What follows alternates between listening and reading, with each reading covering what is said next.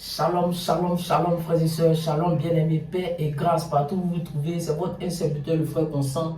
Aujourd'hui, on va parler d'un thème très important qui est un peu négligé dans le corps de Christ.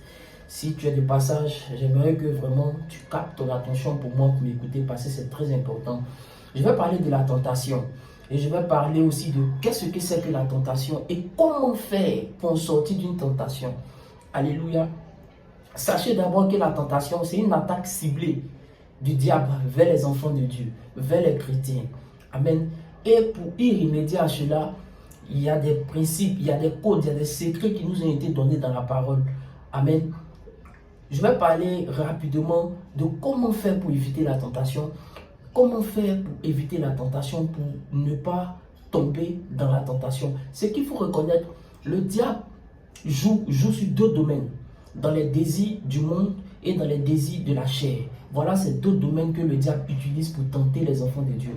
Ce qu'il faut savoir aussi, après le baptême, lorsque tu t'inities pour rentrer dans la vie chrétienne, il y a ce qu'on appelle la tentation. Et c'est arrivé à notre Maître Jésus. Après ton baptême, généralement, vous allez voir qu'après le baptême, il y a des attaques répétées.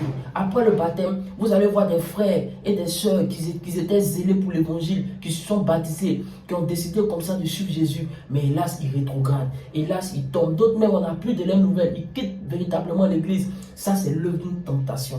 Et qu'est-ce qui se passe? Après le baptême, il y a des tentations qui viennent. Et c'est là le moment de t'accrocher au Seigneur. C'est là le moment de t'accrocher vers un frère ou bien vers une sœur.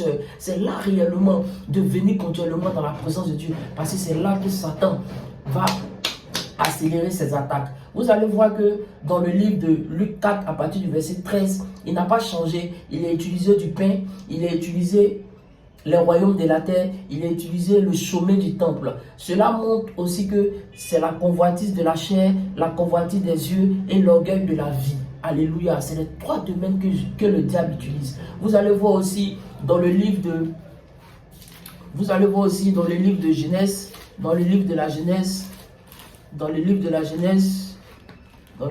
Genèse 3, à partir du verset 6. La femme vit que l'arbre était bon à manger et agréable à la vue et qu'il était précieux pour ouvrir l'intelligence. Elle prit de son fruit et en mangea et l'en donna aussi à son mari qui était auprès d'elle et il en mangea. Ça, c'est l'œuvre de la tentation. Amen. C'est l'œuvre de la tentation. Dans trois domaines toujours. La convoitise de la chair, la convoitise des yeux et l'orgueil de la vie. Pour remédier à la tentation, j'ai énuméré ici quatre domaines de nos vies qu'il faut prendre au sérieux. La prière, vous allez voir dans Matthieu 26, verset 41. Toujours prier. Le Seigneur a dit à ses disciples, vous n'avez pas pu prier 1 heure avec moi. Vous allez voir aussi le jeûne. Matthieu 4, verset 2. Jésus étant en esprit, la tentation est venue, il a su surmonter. Vous allez voir aussi dans la parole.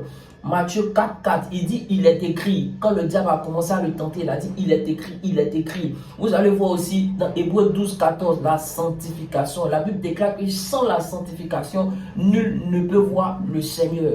Si vraiment vous vous appliquez à pratiquer ces quatre exercices après vos baptêmes, je parie que vous ne serez pas dominé par le diable. Vous allez vous allez plutôt surmonter la tentation. Vous allez surmonter la tentation. Vous serez des chrétiens forts, des chrétiens solides, des chrétiens en esprit, des chrétiens très vivants. Je vous remercie dans le nom du Seigneur.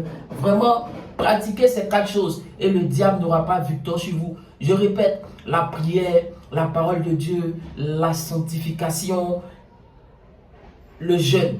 Alléluia. Et je peux ajouter une cinquième chose, la méditation constante de la parole de Dieu aussi. Voilà. Lorsque tu es rempli, que le diable vient, c'est les versets que tu as médité, que tu prends pour le repousser. Tu prends pour le repousser. Tu peux dire, il est écrit, il est écrit. Mais si tu n'as pas une vie de méditation, tu ne pourras pas. Shalom, toujours, c'est votre serviteur M. Constant. Que Dieu vous bénisse. Agréable et belle journée à vous. Paix et grâce partout vous qui me suivez. Amen.